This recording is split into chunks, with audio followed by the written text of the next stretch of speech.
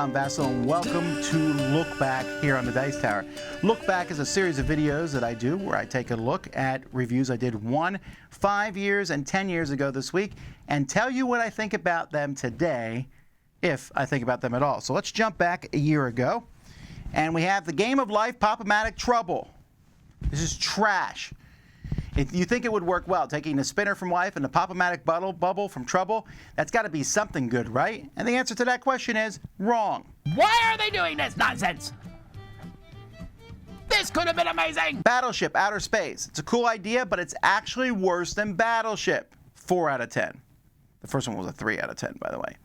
Dice Miner. Now, this is one that I am clearly not on the zeitgeist with. This one I gave a 5 out of 10 to. You roll dice and you're putting them on this like cool little mountain structure. I just felt like it was super random, and I was like, get rid of the game. And then I saw how popular this game was. People really like it, so it's in the Dice Tower library now, but it is not one that I particularly enjoy. Taco Bell Party Pack card game. I gave this a 6, which is a little higher probably than it deserves, but I do like Taco Bell, and I do like this game. It's silly fun, but realize it's not a lot there other than it's kind of like Uno style game. UFO Boom. This is a little game for kids, little kids moving pieces around. I like it. It works really well. It's cute, although it could get lost in the crowd. 6 out of 10. On the Rocks. This has some really amazing components about mixing drinks, something I don't know anything about, but it's about collecting these little colored balls from cups and then placing them to make the different drinks. It's a very simple gateway style game. 7 out of 10. Dominant Species Marine. So this one here, I like it. It's a very involved game, war style game. Follow up to Dominant Species. I think it's probably better than Dominant Species. Although my opinion on Dominant Species has kind of waned over the years. Not that I don't think it's a great game. I do. It's not one I personally want to play all the time. I feel the same way here. It's a 7 out of 10, but you would have to talk me into playing it because it's so long. Last Message. This is a fun party style game in which you have a big Where's Waldo style board. Someone there is the murderer and you're trying to point them out, but you're writing a message, but the murderer gets to wipe out part of the board each time you write that message. It's a lot of fun. 7 out of 10. The Key. Sabotage at Lucky Llama Land. This is a simultaneous game from Haba that is a logic puzzle, and it works so well. Very much enjoy it. 8.5. And then I took a look at Starship Catan, which is one of the two-player Cosmos games, and it's a solid game. Wonderful. Two-player, lots of pieces. It has trading, which works in a two-player game, so I'm raising this from an 8 to an 8.5. 5 years ago, Destination X. This is a game about finding somebody, which I thought would be a lot more fun than it actually was. 5 out of 10. Paradox. This is a game that's just been reprinted on Kickstarter, so I've not played the new version of it. The original one I thought was fine, and I gave it a 6 out of 10. I will have to play the new one to see what I think of that. Qubits. This is arranging these little blocks to make a picture. There's a lot of games like that. This one's okay, 6 out of 10. 12 Thieves. This is a reprint back 5 years ago of a game that was nominated for the Spiel des Jahres. Did not win, but it's okay. It's a little abstract. Like 12 Thieves moving around this area. It sounds like it should be more thrilling than it is, but it's okay. 6 out of 10. Ghostbusters 2, the board game. This was fine. I gave it a 7 at the time, but I'm dropping it to a 6 because I just don't get this one played. I like Ghostbusters 2, the movie. I like the idea that this comes with a Marshmallow Man figure, but it's just okay compared to a lot of these games that are out now.